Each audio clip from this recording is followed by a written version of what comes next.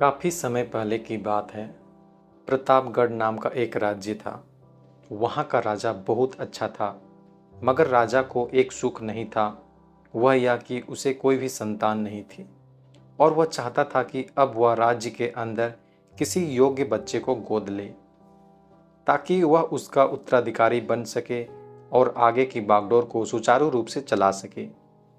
और इसी को देखते हुए राजा ने राज्य में घोषणा करवा दी कि सभी बच्चे राजमहल में एकत्रित हो जाए।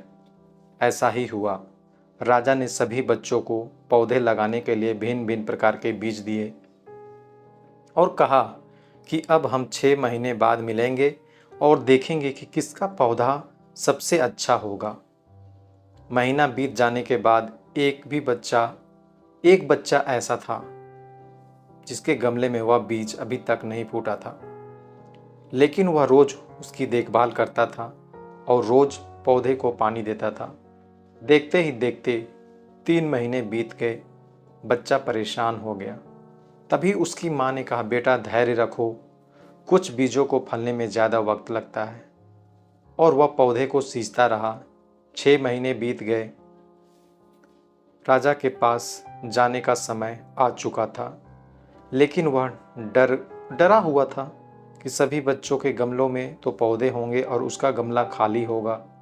लेकिन वह बच्चा ईमानदार था और सारे बच्चे राजमहल में आ चुके थे। कुछ बच्चे जोश से भरे हुए थे क्योंकि उनके अंदर राज्य का उत्तराधिकारी बनने का प्रबल लालसा थी। अब राजा ने आदेश दिया कि सभी बच्चे अपने अपने गमले दिखाने लगे, मगर एक बच्चा सहमा हुआ था क्योंकि उसका गमला खाली था। तभी राजा की नज़र उस गमले पर गई और उसने पूछा, तुम्हारा गमला तो खाली है? तो उसने कहा, मैंने इस गमले की 6 महीने तक देखभाल की है। राजा उसकी ईमानदारी से खुश हुआ। उसका गमला खाली है, फिर भी वह हिम्मत करके यहाँ तो आ गया। सभी बच्चे के गमले देखने के बाद राजा ने उस बच्चे को सभी के सामने बुलाया। बच्चा सहम गया और राजा ने वह गमला सभी को दिखाया। सभी बच्चे जोर से हंसने लगे। राजा ने कहा, शांत हो जाइए, इतने खुश मत होइए। आप सभी के पास जो पौधे हैं वो सब बंजर हैं। आप चाहे कितनी भी मेहनत कर ले, उनसे कुछ नहीं निकलेगा। लेकिन असली बीज यही था। राजा उसकी ईमानदारी से बेहद खुश हुआ और उस बच्चे को राज्य का उत्तराधिकारी बना दिया गया। लेकिन हमें इस कहानी से क्या सीखने को मिला? मेरे हिसाब से अपने अंदर ईमानदारी का होना बहुत ज़रूरी है।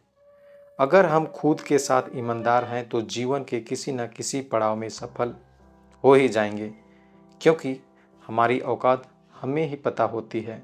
हम खुद को पागल बनकर खुद का नुकसान करते हैं। धन्यवाद।